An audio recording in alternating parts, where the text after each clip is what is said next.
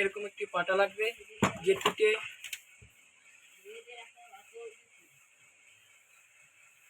9 সেন্টিমিটারের মাপে একটি সেন্টিমিটার দূরত্বে দুটি ফুটো করতে হবে।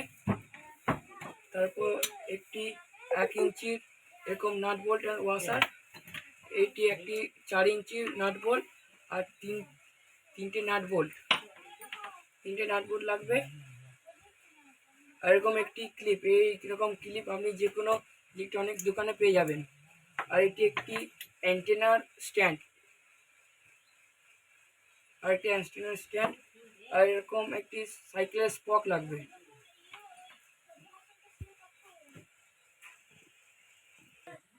প্রথমে এই দুটি নাট আর অ্যান্টেনা স্ট্যান্ডটাকে লাগিয়ে নেব।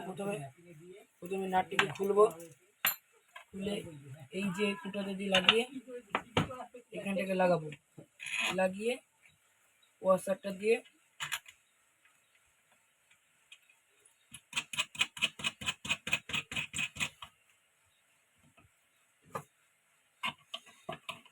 ভালো করে টাইট করে দেবো। তারপরে সেই 4 ইঞ্চি অ্যাডভেস্টারের নাটটিকে নিয়ে এটিকে এরকম টাইট করে দেবো।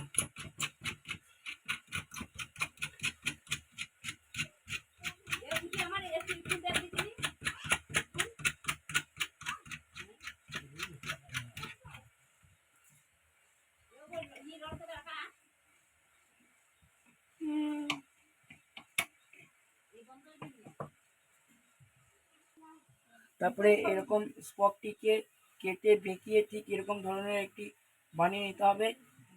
এটিকে বানিয়ে নেওয়ার পর একটা নাট দিতে হবে।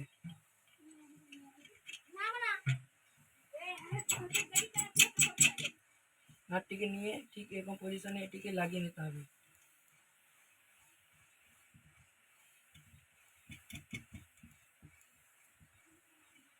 তারপর টাইট দিয়ে দিতে হবে।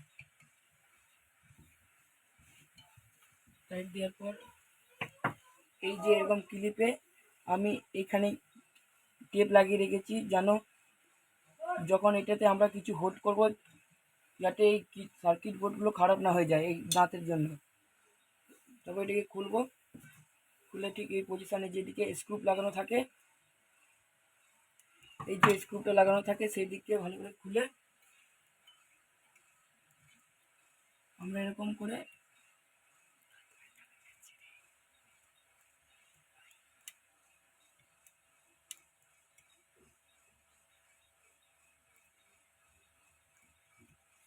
এই যে এরকম করে তলা দিয়ে ভালো করে এঁটে দেবো।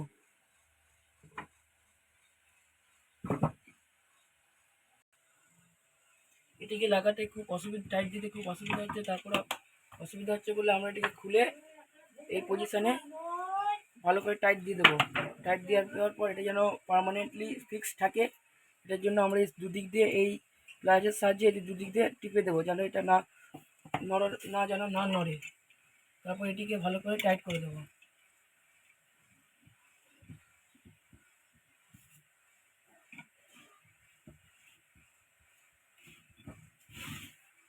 টাইট করার পর এটি যেন ফিক্স থাকে, এটিকে ভালো করে টাইট করে দেবো।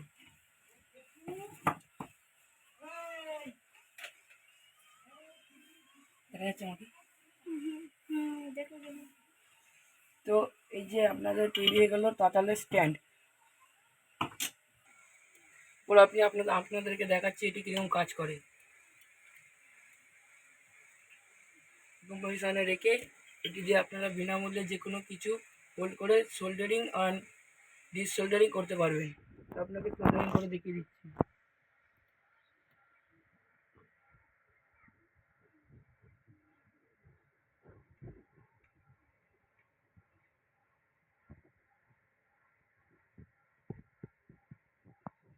তো দেখতে পাচ্ছেন বন্ধুরা কত সহজে একটি ভালো মতন সোল্ডারিং স্ট্যান্ড তৈরি হয়ে গেছে।